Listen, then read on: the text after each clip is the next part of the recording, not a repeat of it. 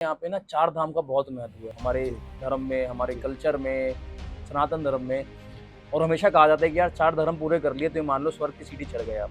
हाँ जी। तो ये क्या महत्व है? इसके पीछे का भी कुछ मूल महत्व है? देखिए चार धाम में जब गिनते हैं तो बद्रीनाथ, केदारनाथ को एक धाम मानते हैं। एक धाम को तमिलनाडु रामेश्वरम को एक धाम मानते हैं। हाँ जी, तो बद्रीनाथ, केदारनाथ तो बिल्कुल नॉर्थ ऑफ इंडिया हो हाँ गया। जी, रामेश्वरम बिल्कुल साउथ ऑफ इंडिया हाँ हो जी। गया। एक धाम हो गया द्वारकाधीश, जो कि वेस्ट ऑफ गुजरात इंडिया। में है, हाँ जी, तो वो हो गया west of India. West of India हो गया। और फिर एक धाम बोलते हैं जगन्नाथपुरी को, उड़ीसा में, वो ईस्ट हो गया। हम्म, तो भारत के चारों कोनों के अंदर ये एक एक धाम हो गया। तो इसके पीछे साइंटिफिक लॉजिक है, लेकिन लॉजिक तो मुझे समझ में आता है वो यही आता है कि जो इंसान चारों धाम करता है वो पूरे इंडिया में घूमता है, वो हर टाइप के मौसम को महसूस करता है, वो हर टाइप की भाषा को जानता है, हर टाइप के खाने को खाता है, अलग टाइप लोगों से मिलता है। तो एक तरीके से वो अपने जीवन में पूर्णता प्राप्त करता है। तो इसलिए बोलते हैं कि भाई चारों धाम आपने कर लिए तो आपको ये कुछ शेष रह नहीं गया और आपको मतलब मोक्ष की प्राप्ति होगी या स्वर्ग की सीढ़ी आप चढ़ गए। हमारे देश में वैसे तो हजारों मंदिर हैं, जी। लेकिन कुछ ऐसे प्राचीन मंदिर हैं जो कि हजारों साल पुराने मंदिर हैं। बात करें बाबा केदारनाथ का मंदिर है उत्तराखंड में। जी। उसके बाद उत्तराखंड से लेकर अगर हम बात करें तो हमारे तमिलनाडु के रामेश्वरम तक शिव जी के बहुत ही प्राचीन मंदिर बने हैं। और एक मज़ेदार बात ये हमेशा सुनने में आती है, सभी मंदिर एक ही लाइन में अलाइंड है।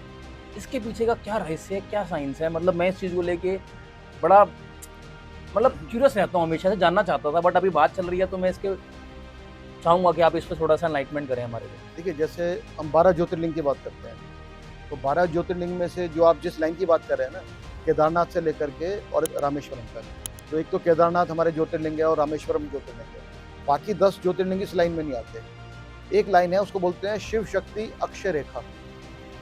ये शुरू होती है केदारनाथ से और खत्म होती है रामेश्वरम पर। इस लाइन के ऊपर ये है 79 डिग्री लॉन्गिट्यूड। इस लाइन के ऊपर बड़े बड़े प्राचीन शिवलिंग है, हालांकि वो ज्योतिर्लिंग में नहीं आते, जैसे कालाहस्ती है और त्रिभुवनमलई है और चिदम्बरम है, कालेश्वरम है। ऐसे और भी बहुत सारे प्राचीन शिवलिंग है जो सिर्फ एग्जैक्ट 79 डिग्री लॉन्गिट्यूड इसी लाइन के ऊपर आते हैं।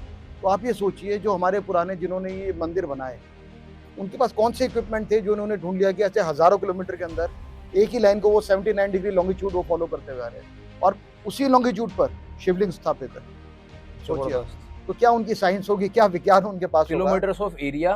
और उस टाइम पे उनके पास कौन सा कोई जीपीएस नहीं था उनके पास में, कोई हुआ। इक्विपमेंट नहीं था, लेकिन उनके पास इतना ज्ञान था कि उन्होंने एक ही लाइन के ऊपर, सोचिए कितने सारे शिवलिंग एक ही लाइन के ऊपर प्राचीन मंदिर उन्होंने निर्माण किया। ये अपने आप में एक बहुत ही शोध का विषय है। और आपको बड़ा इंटरेस्टिंग एक फैक्ट बताता हूँ, उज्जैन महाकालेश्वर जो शिवलिंग, आपने जो ज्योतिर्लिंग की बात की, तो 12 ज्योतिर्लिंग है।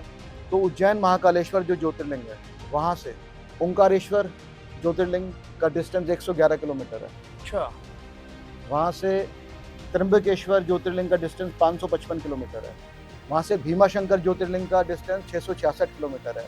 वहाँ से सोमनाथ ज्योतिर्लिंग का डिस्टेंस 777 किलोमीटर है। कहना चाह रहे हैं सब 111 के मल्टीपल में है। जी हाँ। वहाँ से केदारनाथ का डिस्टेंस 888 किलोमीटर है।